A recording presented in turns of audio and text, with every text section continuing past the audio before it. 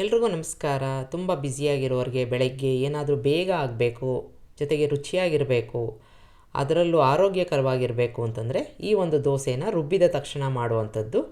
ಇಲ್ಲಿ ಸುಮಾರು ಒಂದು ದೊಡ್ಡ ಕಪ್ನಷ್ಟು ಹೆಸರುಬೇಳೆನ ಚೆನ್ನಾಗಿ ತೊಳೆದು ನೆನೆ ಹಾಕ್ಕೊಂಡಿದ್ದೀನಿ. ಸುಮಾರು 2 ಗಂಟೆ ಕಾಲ ಚೆನ್ನಾಗಿ ನೆಂದಿದೆ. ಅದನ್ನು 2-3 ಬಾರಿ ಈ ಥರ ತೊಳ್ಕೊಂಬಿಡೋಣ. ಈಗ ಪೂರ್ತಿಯಾಗಿ ತೊಳ್ಕೊಂಡು ನೀರನ್ನೆಲ್ಲ ತೆಗೆದುಬಿಟ್ಟಿದ್ದೀನಿ. 1 ಅಥವಾ 2 ಚಮಚ ನೀರಿದ್ದರೆ ಮಾತ್ರ ಸಾಕು. ಈಗ ಮಿಕ್ಸಿ ಜಾರ್ಗೆ ನಾನು ಒಣಮೆಣಸಿನ್ಕಾಯಿ, ಶುಂಠಿ, ಸ್ವಲ್ಪ ಇಂಗನ್ನು ಹಾಕ್ಕೋತಾ ಇದ್ದೀನಿ, ಜೀರಿಗೆ, ನಾವು ನೆನೆಸಿಟ್ಟಿರೋ ಅಂಥ ಹೆಸರುಬೇಳೆನ ಹಾಕ್ಕೊಂಡು 1 ಅಥವಾ 2 ಸ್ಪೂನ್ ನೀರು ಮಾತ್ರ ಹಾಕ್ಕೊಂಡು ರುಬ್ಕೋಬೇಕು. ಸ್ವಲ್ಪ ಗಟ್ಟಿಯಾಗಿ ರುಬ್ಕೋಬೇಕು, ನೀರು ಹಾಕೋದು ಬೇಡ ಜಾಸ್ತಿ, ನುಣ್ಣಿಗೆ ರುಬ್ಕೊಂಬಿಡೋಣ. ಈಗ ರುಬ್ಕೊಂಡು ಇದನ್ನು ಒಂದು ಪಾತ್ರೆಗೆ ಹಾಕ್ಕೊಂಡಿದ್ದೀನಿ.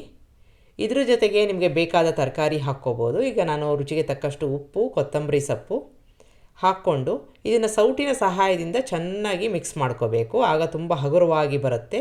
ಈ ರೀತಿಯಾಗಿ ಒಂದು ಬೀಟರು ಅಥವಾ ಸೌಟು ಯಾವುದಾದ್ರೂ ಸರಿ ಈ ಥರ ಮಾಡಿಕೊಂಡಾಗ ಅದು ತುಂಬ ಸಾಫ್ಟಾಗಿ ಗರಿಗರಿಯಾಗಿ ಬರುತ್ತೆ. ಕರಿಬೇವಿನ ಸೊಪ್ಪು ಒಂದು ಸ್ವಲ್ಪ ತುಂಬ ಕಡಿಮೆ ಪ್ರಮಾಣದಲ್ಲಿ ಕಾಯಿ ತುರಿನ ಹಾಕ್ಕೊಂಡಿದ್ದೀನಿ. ನೋಡಿದ್ರಲ್ಲ, ತಯಾರಿ ಆಗೋಯಿತು. ನಿಮಗೆ ಬೇಕಾದ ತರಕಾರಿ ತುರ್ಕೊಂಡು ಇದಕ್ಕೆ ಹಾಕ್ಕೋಬೋದು. ತವಾ ಬಿಸಿಯಾಗಿ ಇಟ್ಕೊಂಡು ಈಗ 1 ಅಥವಾ 2 ಸೌಟಿನಷ್ಟು ಹಿಟ್ಟನ್ನು ಹಾಕ್ಕೊಂಡು ನಿಮಗೆ ತೆಳ್ಳಗೆ ಬೇಕಾ ದಪ್ಪಗೆ ಬೇಕಾ ಆ ರೀತಿಯಾಗಿ ಮಾಡಿಕೊಂಡು ದೋಸೆನ ಮಾಡ್ಕೋಬೇಕು. ಮುಚ್ಚಿ ಈ ದೋಸೆನ ಬೇಯಿಸ್ಕೊಳ್ಳೋಣ. 1 ಸ್ಪೂನಷ್ಟು ಎಣ್ಣೆನ ಹಾಕ್ಕೊಂಡು ಎರಡೂ ಬದಿಯಲ್ಲಿ ಚೆನ್ನಾಗಿ ಗರಿಗರಿ ಆಗೋ ತನಕ ಇದನ್ನು ಬೇಯಿಸ್ಕೋಬೇಕು. ಮೀಡಿಯಮ್ ಉರಿನಲ್ಲಿ ಬೇಯಿಸ್ಕೊಂಡ್ರೆ ಚೆನ್ನಾಗಿರುತ್ತೆ. ಈಗ ಗರಿಗರಿಯಾಗಿದೆ, ಚೆನ್ನಾಗಿ ಬೆಂದಿದೆ ಅಂತಾದರೆ ಇದನ್ನು ತೆಕ್ಕೊಂಡು ನೀವು ಕಾಯಿ ಚಟ್ನಿ ಜೊತೆ ಸರ್ವ್ ಮಾಡ್ಬೋದು. ತರಕಾರಿ ಹಾಕಿದರೆ ಇನ್ನೂ ಚೆನ್ನಾಗಿರುತ್ತೆ.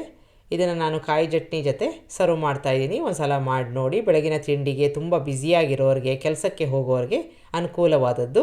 ನಿಮಗೆ ರೆಸಿಪಿ ಇಷ್ಟ ಆದಲ್ಲಿ ಲೈಕ್ ಮಾಡಿ, ಶೇರ್ ಮಾಡಿ, ಕಮೆಂಟ್ ಮಾಡಿ, ನನ್ನ ಚಾನಲ್ಗೆ ಸಬ್ಸ್ಕ್ರೈಬ್ ಮಾಡಿ. ನಮಸ್ಕಾರ.